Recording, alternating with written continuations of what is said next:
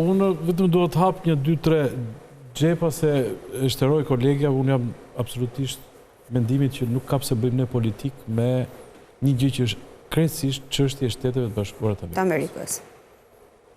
Ajo që unë dua ta hap, ta zhvilloj, më saktë, kush e ka ndjekur presidentin Donald Trump, si herën e parë, si herën e dytë kur zgjohet president, ka ardhur me moton America First, pra Amerika para të gjithave dhe Make America Great Again.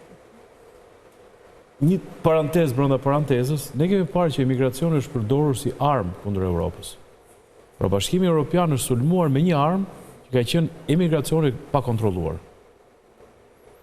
Me të njëjtën armë janë sulmuar Shtetet Bashkuara të Amerikës. Dhe kur erdhi Donald Trump në pushtet, fillim vitit kaluar, skenat kanë qenë ndoshta jo të bukura, por dilnin ushtarët amerikanë dhe mblidhnin rrugë emigrant palishëm, i hypnin kamion dhe i çonin për avion kargo për të deportuar. Sepse emigracioni ishte kthyer në një problem real në Shtetet e Bashkuara të Amerikës. Pra, ushqente krimin, krimi ushqente emigracionin, qytetet ishin bërë të pasigurta dhe ndodhi që shpalli dhe organizatat e krimit të organizuar i shpalli terroriste.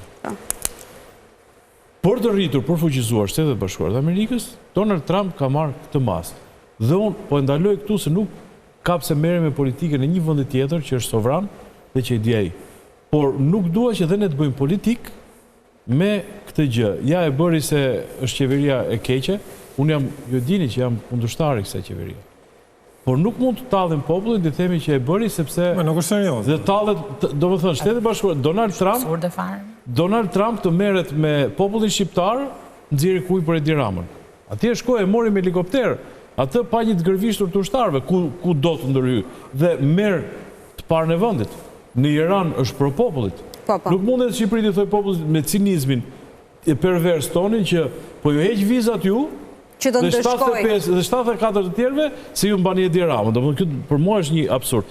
E bardha është e bardha, e zeza është e zezë. Është politik amerikane. Pastaj, se çfarë do bëjmë me qeverisht e Bashkuara të Amerikës është kapitull krejt tjetër, mister krejt tjetër. Pse e përdori ndjes Armir se mos nuk e përfundova. Jo, s'ka problem. Po, pse e përdori opozita këtë si kartë? Ndjes.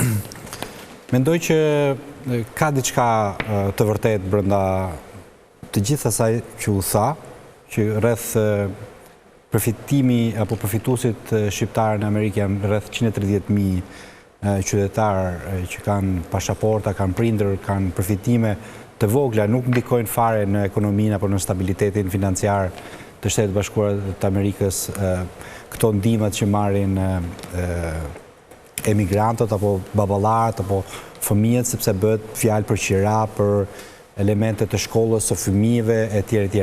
Unë mendoj që këtu ka dhe një element politik që ne duhet ta diskutojmë, sepse këto janë masa paralajmëruese për një diçka të madhe që po vjen. Neve na deklaruan urimin e ditës së pavarësisë, na thanë luftoni narkotrafikun.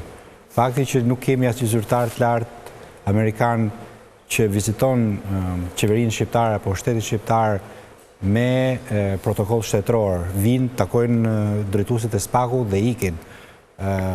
Pala shqiptare, ministri e jashtme, kryeministri nuk ka një vizitë në Departamentin e Shtetit, në Kongres, në Senat apo qoftë edhe në Shtëpinë e Bardhë. Pra, fakti që s'kemi asnjë ambasador është një problem i madh komunikimi.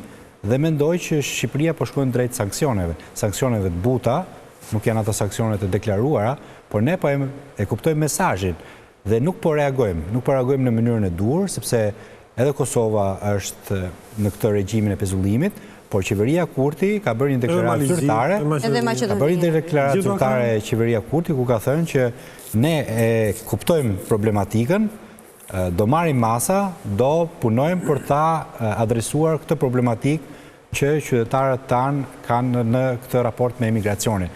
Ndërsa qeveria shqiptare tenton ta fusi poshtë tapetit, të bëhet sikur nuk e kupton mesazhin, bën dhe batuta me kinezë dhe me rus në për takime zyrtare, që të thotë që bën sikur nuk kupton, bën rolin e budallajit, jep mend për Ukrainën, jep mend për shumë gjëra të tjera, por kur bëhet fjalë për të luftuar narkotrafikun, që i thonë e ke problem të brendshëm, e ke problem të jashtëzakonshëm, bën sikur nuk e shikojnë. Pra, mendoj që edhe mesazhet që vijnë nga Bashkimi Evropian me pezullimin e fondeve IPA për fermerët, pezullimin e agjendës së digitalizimit për shkak se në aksh vidhen fondet miliona euro në zyra okulte në mes të bloku, këta janë sanksionet e budha që ne do t'i kuptojmë mirë, sepse nuk do t'na i thot kush që po vjen shuplaka, por do t'kemi antena dhe receptore të kuptojmë që gjërat kush duhet ta kuptojë? Detyrimisht lidhen me këto fakte, ose detyrimisht lidhen me këto që po diskutojmë tani. Ka ndryshuar politika e brendshme. Pra, kjo është tjetër gjë që po diskutonin dhe këto janë të tjera gjëra që po diskutonin ju.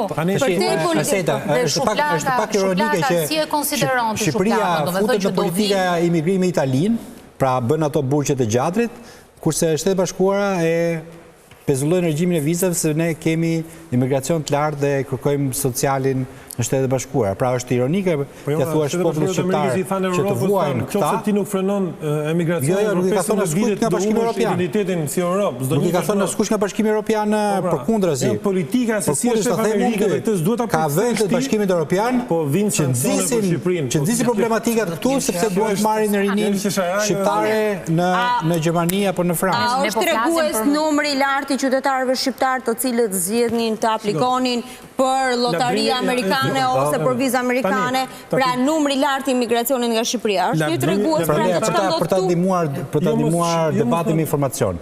Tek lista që Trump, presidenti i Shtetit Bashkuara, deklaroi që këto popull marrin social në Shtetet Bashkuara, nuk janë të njëjtët me ata që janë pezulluar regjimi i vizave. Pra dhe aty ka favorizim, dhe aty ka lobim, dhe aty ka mbyllje për tarifat për shtetet ndryshme që për arsye strategjike. Pra kjo ka lidhje jo vetëm me një çështje